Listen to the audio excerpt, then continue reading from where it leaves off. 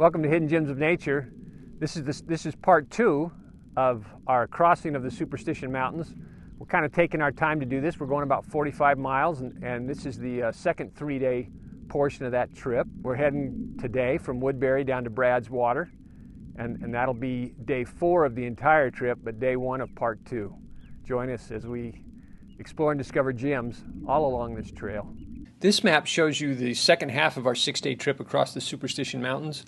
Of course, we broke it into 2 3-day segments, so we're going from Woodbury to First Water on this section. Had we not had to break it into 2 segments, we would have gone directly from Angel Basin to Dripping Springs for night 3. Fortunately, Woodbury makes a great spot for breaking it into 2 3-day segments, which worked out really nice for us, or for any of you other people who have a job and can't get 6 days in a row off. Just after starting down the trail, we looked across the canyon, and here was this arch. Kind of nice to see just as we started. I mentioned before that my nephews see all kinds of things. In fact, this morning they've already seen a white-tailed deer. They found this snake shed on a cairn right next to the trail. They see all kinds of stuff on the trail. In fact, here's some quail running up and down the side of the canyon. During the entire hike in Fraser Canyon, we didn't go 100 or 200 yards without hearing quail or seeing quail. More unique formations along the trail as we were hiking.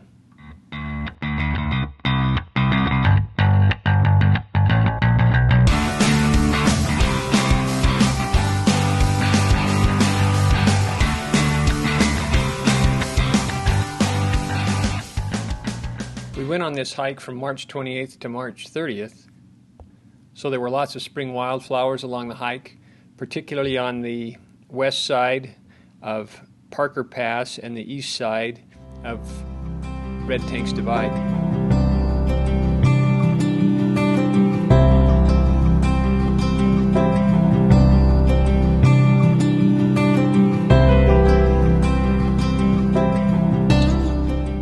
Would narrow periodically, and at each of the narrow spots the water would surface and animal tracks would be more prevalent. We saw a few down in the bottom: deer, javelina, coyotes, even some bear tracks.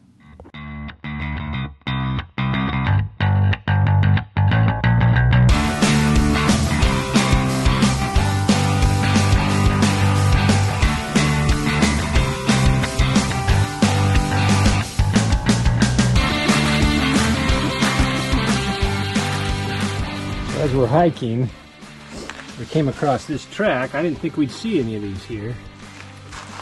That's a bear paw.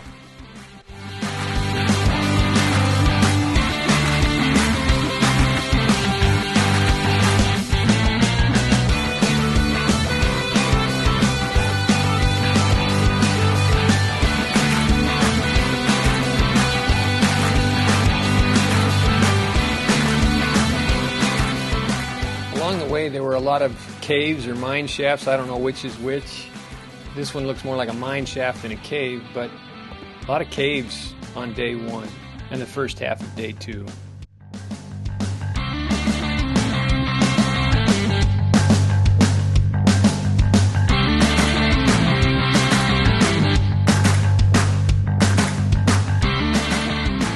Where the water surfaces, it's actually flowing. Almost no algae down here. Nice.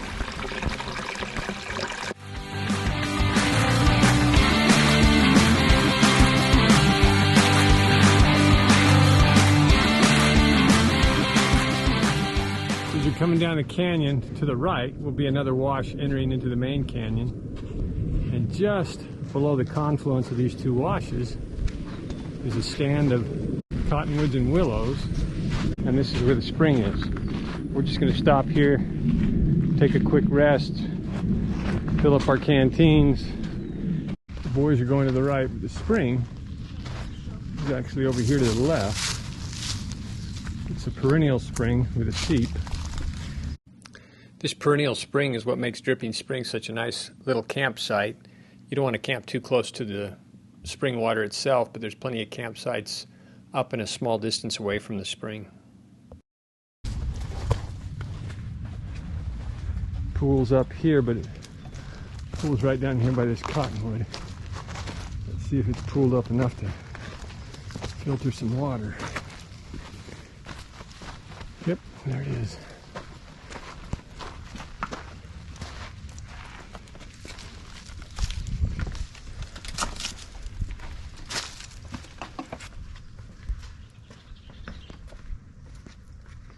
Right here, guys, we'll fill up here.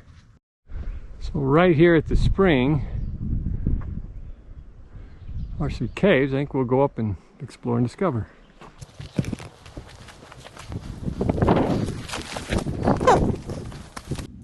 At first we just thought there were some bird nests up there, but Garrett got up inside and he's over 6 feet tall and he could actually stand up in the cave, so it was much bigger than we'd expected with several rooms in it. This is the view looking from the cave back down towards Dripping Springs.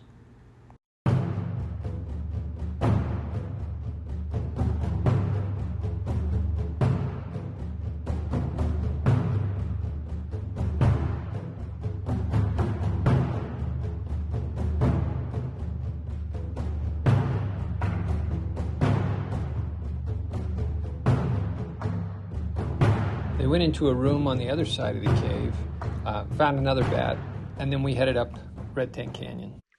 We're getting ready to head up Red Tank Canyon. Now you can see why they call it Red Tank Canyon, because we'll be hiking up this kind of rock the entire way. Kind of pretty.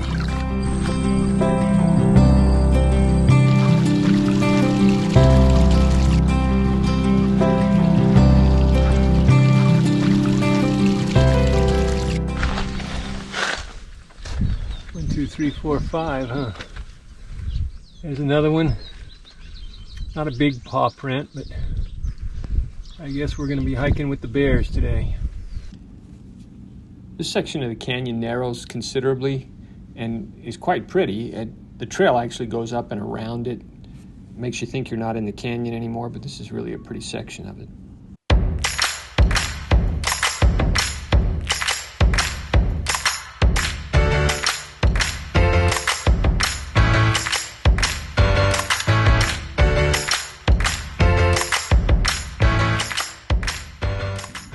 We have more spring wildflowers as we're heading up towards Red Tank Divide. Really makes this grassy section of the trail beautiful because the flowers are spread out throughout all the grass.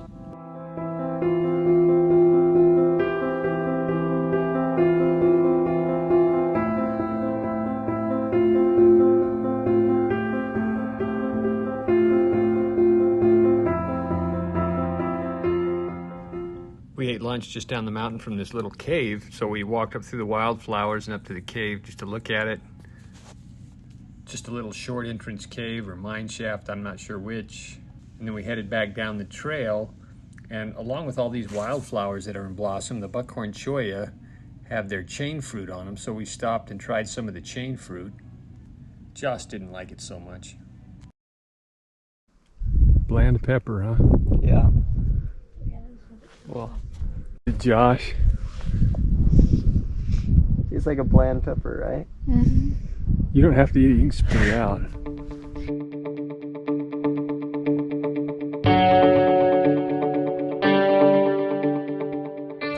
We're approaching Red Tank Divide, and these pinnacles are right up there at the divide. While we're up here at the divide, I'll do a 360 up here so you can see down into Red Tank Canyon. On the opposite side, this side canyon drops down into LaBarge Canyon, and just above the upper LaBarge box.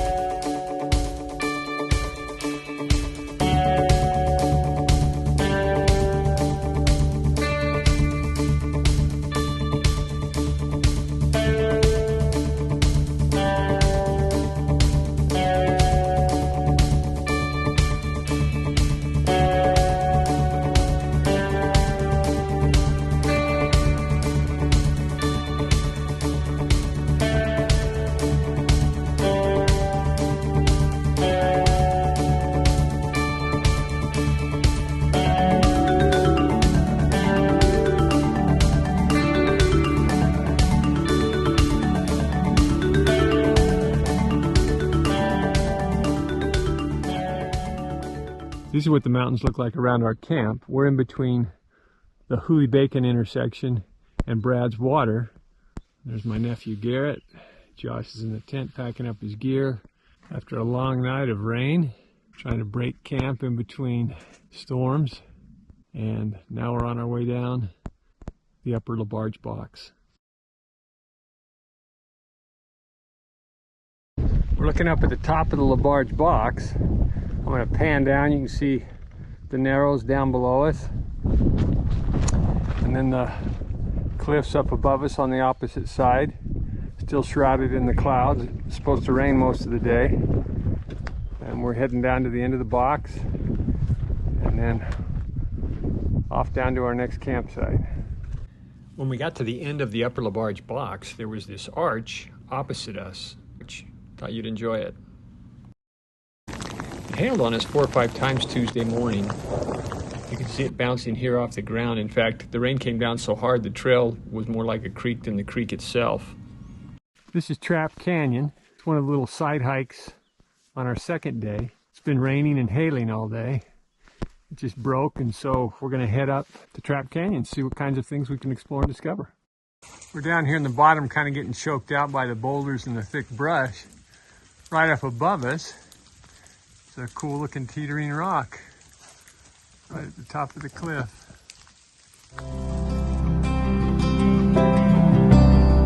Just kind of rock hopping to get deeper into this side canyon cave up here, and we want to check it out. We're right at the mouth of the canyon. You can kind of see it behind me. It is, I'll kind of pan up so you guys can see it. Very steep. You can see the cliffs on either side, this little teeny narrow section of the canyon. Of course, you know I love narrow sections of canyon. There's always cool formations and rock configurations up and down those. So we're heading into this, should be up to the cave in just a few minutes. We came here and this trees kind of covering this whole area. A pretty little shade area. Not that we need it today.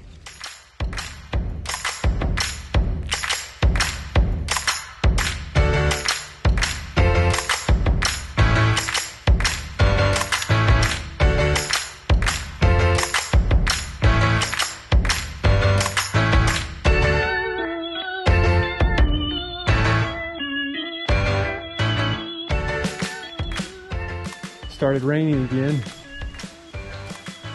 You can see it coming down. There's blue sky with some rain.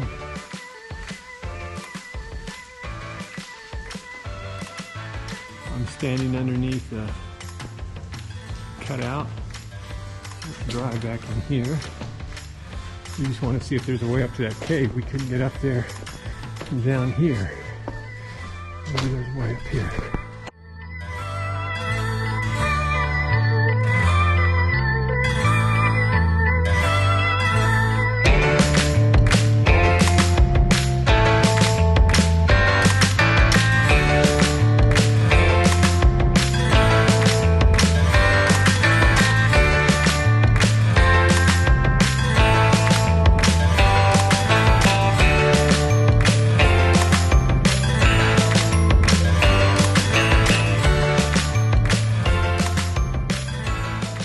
Garrett and I decided to come out from under the alcoves down in the bottom of this canyon and come up here to see this cave that we could see all the way from LaBarge Creek.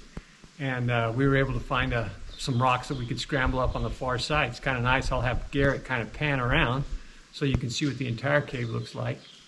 Kind of cool up in here. Doesn't look like there's been anything in here except for a small campfire, so somebody's camped up here previously. And there's some remnants of some small animal bones, but no remnants of ruins or anything.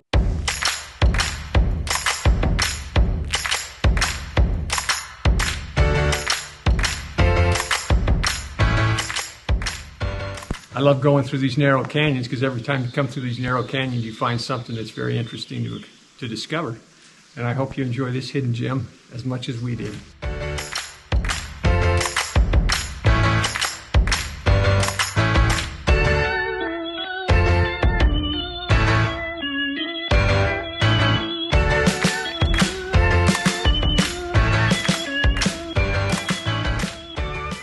All of a sudden come on this thick wooded spot full of sycamores, oaks, alders. This is, I'm assuming this is Labarge Spring. So we'll go a little further and confirm it. It's been raining all day, so I don't know if we're walking in spring water or rainwater. Nice campsite next to all the woodlands.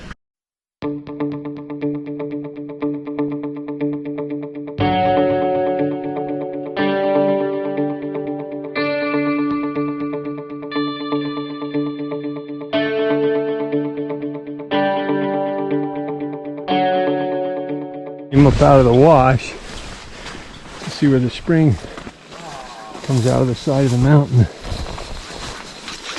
Yeah, this is not how I remember it. But this is it. This used to be like completely flooded, and there was all the little fish in here. And there's a bunch of little fish in that box, but it's all filled in with sand. And then this has grown over all of it. Really wanted you guys to see the fish.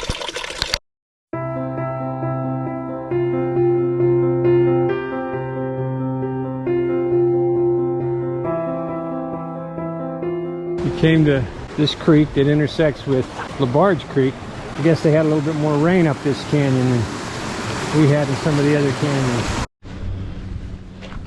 After coming down Labarge Creek on the Red Tanks Trail, we'll take the Dutchman Trail and head to Charlie Boy, where we're spending the night. Just past Labarge Spring is another spring called Oak Spring. Of course, these are all oak trees. And typical of most springs, it's very lush in here. It's beautiful. We'll head in the direction of the spring and then turn and head on to Charlie Boy.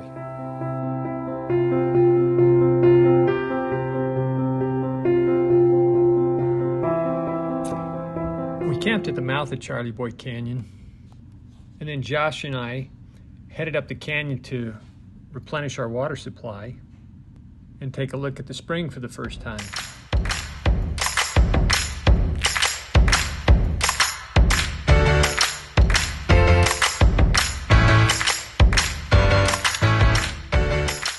It's a beautiful little riparian area with small fish, amphibians, even some zone-tailed hawks. Garrett said that's what zone-tailed hawks eat, amphibians, so that made sense. In fact, we stuck the camera down in the water, let you see what it looked like down inside the pool of water generated from the spring. Really a beautiful little riparian area.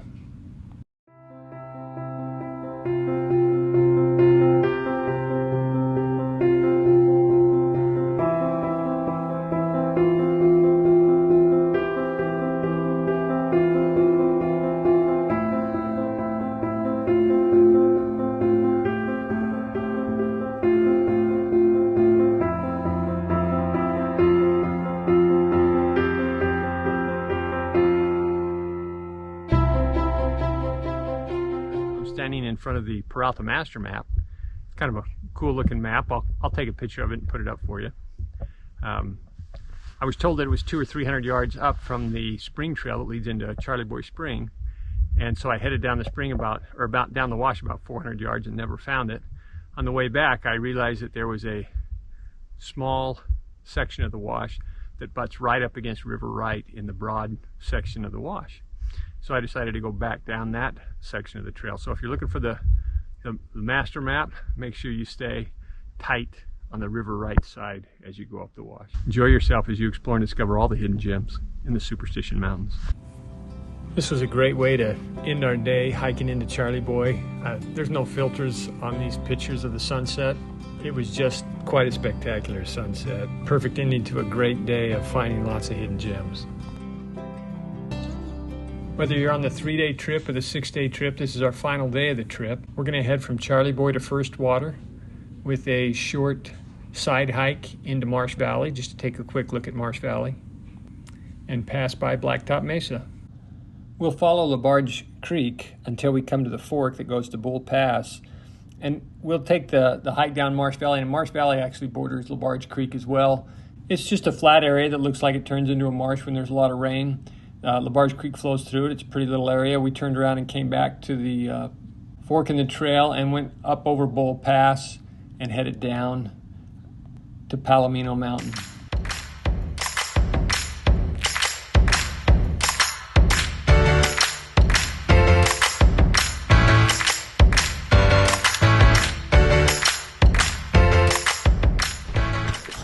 take us to Marsh Valley. This will take us up over Bull Pass. This is Marsh Valley. It's a little side trail off of the Dutchman.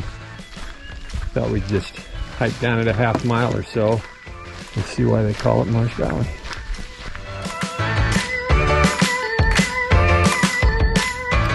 We did find this cool bird's nest in Marsh Valley. It looks like a wren's nest, but I'm not sure. Maybe it's a marsh wren. Who knows? It's still a cool looking nest as we hike through the valley. We're back to the fork that breaks to Marsh Valley and Bull's Pass, and we'll head up to Bull Pass.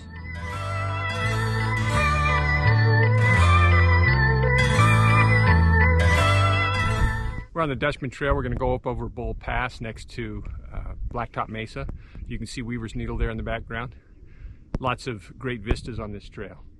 Just thought I'd stop and let you take another view of Weaver's Needle. It's right here in between Palomino Mountain and Blacktop Mesa. It's a great view, even better than the view that we got on the other side of the mountain. Enjoy it. This is Ehlers Arch at the end of Palomino Mountain, and we'll head on past that and on our way out.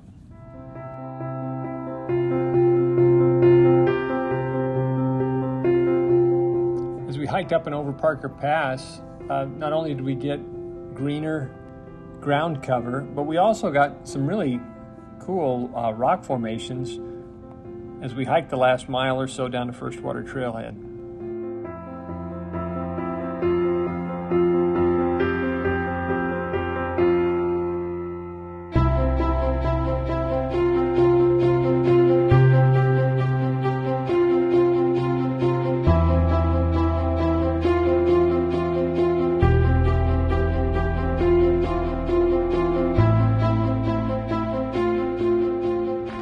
This is the end of the destination, final trailhead after a 6-day trip across the Superstition Mountains. First Water Trailhead. As we came up out of First Water Trailhead, we had a little quail to greet us. And that's the second half of our 6-day trip through the Superstition Mountains. It was a great trip. We discovered a lot of hidden gems, had a great time.